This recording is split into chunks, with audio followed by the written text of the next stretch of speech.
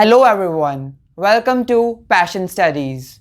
My name is दीक्षांत शर्मा और आज हम डिस्कस करेंगे strategy for Sociology exam which will take place on 13th July 2020, probably after the lockdown. अब ये टाइम ऐसा टाइम है जहाँ पर हर एक स्टूडेंट के मन में एंग्जाइटी है कि बोर्ड एग्ज़ाम होगा या नहीं होगा, हम प्रिपेयर करें या फिर ना करें. विद द लेटेस्ट इन्फॉर्मेशन अगर देखा जाए तो आपका बोर्ड एग्ज़ाम्स तो होगा, फाइन. तो अब हम ये नहीं बोल सकते कि हम प्रेपरेशन ही करना छोड़ दें, because from so many months देखा जाए 2 या 3 मंथ से आपने बुक्स भी नहीं ओपन की है. बहुत से ऐसे स्टूडेंट्स हैं जो क्वेश्चन कर रहे हैं कि सोशियोलॉजी में चैप्टर्स को अब याद करना, दोबारा पढ़ना, इट्स रियली वेरी टफ. तो अब क्या किया जाए, क्या पढ़े क्या ना पढ़े, इस सिचुएशन में हम कैसे अपने आप को मैनेज करें, स्पेशली फॉर सोशियोलॉजी जो कि एक बहुत ही थियोरेटिकल सब्जेक्ट है जिसमें आपको बहुत ज़्यादा क्राम करना पड़ता है, याद रखना पड़ता है, फाइन. तो अब सोशियोलॉजी में हम करें क्या बेसिकली. डोंट वरी, इस वीडियो में आपको हर एक प्रॉब्लम का सॉल्यूशन मिलने वाला है. So make sure you watch this video till the end. Suppose करिए you are watching this video on 16th of June. So take the time period from 16 June to 30th June. You have 15 days with you. Fine. अब इन 15 days में आपने क्या करना है basically, आपको रोज NCERT का 1 chapter read करना है. अब आपकी NCERT में टोटल 13 चैप्टर है. कुछ चैप्टर्स NCERT में बहुत बड़े हैं तो उसके लिए आपको 2 या 3 दिन लग सकते हैं, बट आपने उसको बहुत ज़्यादा एक्सटेंड नहीं करना है. सो उस तरीके से हम पूरा टाइम पीरियड 15 डेज का रखते हैं. 2 डेज हम उसको एक्स्ट्रा रखेंगे. सो देयरफॉर आपको मिलता है 15 डेज का टाइम पीरियड NCERT को रीड करने के लिए. आपको पर डे NCERT का 1 चैप्टर रीड करना है बहुत ही thoroughly.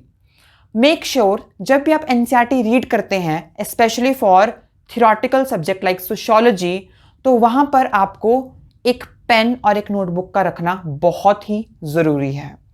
This is why because sociology में आपको बहुत सारी theories, concepts and lot many definitions मिलेगी और उसको याद रखने के लिए आपको उसको लिखना ज़रूरी है. फाइन.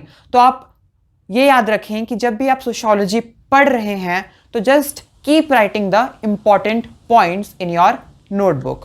इससे आपको बहुत ही ज़्यादा एक पॉजिटिव एनर्जी आएगी पढ़ते हुए और आपको लगेगा कि या I am getting the things much faster. जब हम कोई चीज़ पढ़ते हैं जस्ट रैंडमली तो वो बहुत टाइम तक हमारे ब्रेन में नहीं रहती है. फाइन. तो सोशियोलॉजी को माइंड में रखने के लिए आपको लिखना बहुत ज़रूरी है.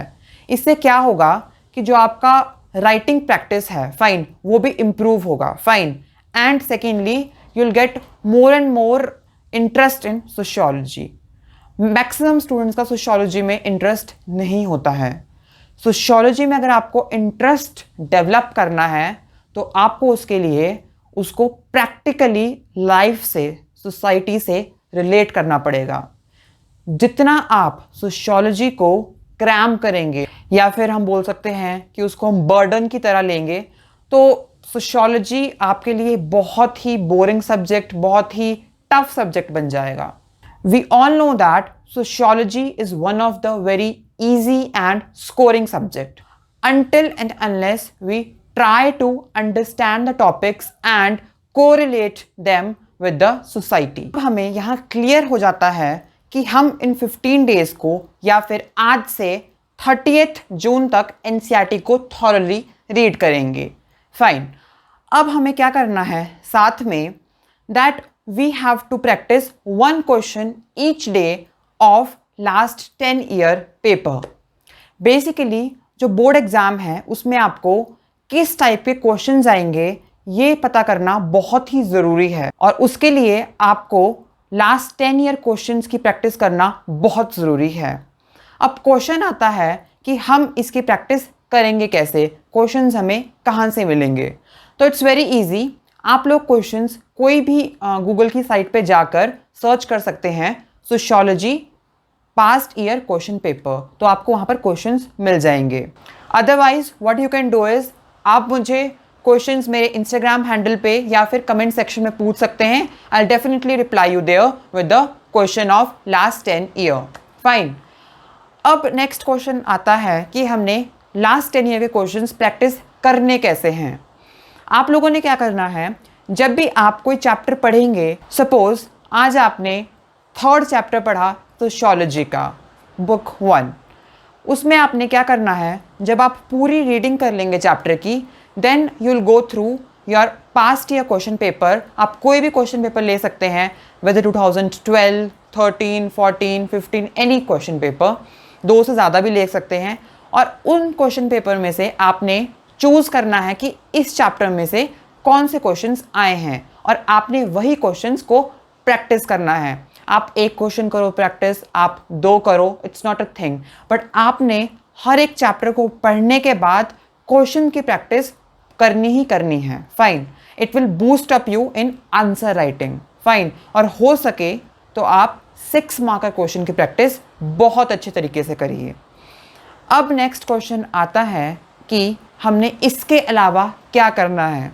तो लेट मी टेल यू, इसके अलावा आपको कुछ भी प्रैक्टिस करने की ज़रूरत नहीं है टिल 30th जून। 30th जून के बाद 1 जुलाई से लेकर 12 जुलाई तक आपने क्या करना है, उसके लिए यार सेपरेट वीडियो आएगी, डू वॉच दैट। उसमें आपको बताया जाएगा कि अब आपने ये टाइम फ्रेम कैसे यूटिलाइज करना है। सेकेंडली, बहुत से स्टूडेंट्स पूछते हैं कि कौन सी रेफरेंस बुक रेफ़र करें। सोशियोलॉजी में आपको जो भी रेफरेंस बुक आती है उसके अंदर आपको क्वेश्चंस दिए होते हैं, नोट्स आपको बहुत ही प्रिसाइज मैनर में है। So I will provide you review of every reference book in my next video. तो उसके लिए भी आपको एक नेक्स्ट वीडियो आएगी, राइट, कौन सी आपको रेफ़र करनी चाहिए। But I will tell you, इस टाइम पे अगर आप रेफरेंस बुक पढ़ते हैं तो you are making a very very big mistake. Fine, अभी आप रेफरेंस बुक पे मत जाइए, अभी भी आपके पास अप्रॉक्सीमेटली 1 मंथ है, तो इसमें आप अपनी NCERT अच्छे से कवर कर सकते हैं टिल 30th जून। सो अभी आप 30 जून तक NCERT पढ़ें, लास्ट 10 ईयर क्वेश्चंस प्रैक्टिस करें जो आपने पर्टिकुलर दिन में चैप्टर पढ़ा है, एंड इस तरीके से आपको एक बहुत ही अच्छा प्रिपरेशन बूस्टअप मिलेगा। So at the end stay tuned for other upcoming videos, उसमें आपको टिप्स एंड ट्रिक्स मिलेगी सोशियोलॉजी पेपर के लिए, कैसे अटेम्प्ट करना है, 4 markers, 2 markers, 1 markers and 6 markers कैसे अटेम्प्ट करने हैं, and every sort of thing related to sociology. हर एक चीज़ आपको पैशन स्टडीज़ पे ज़रूर मिलेगी।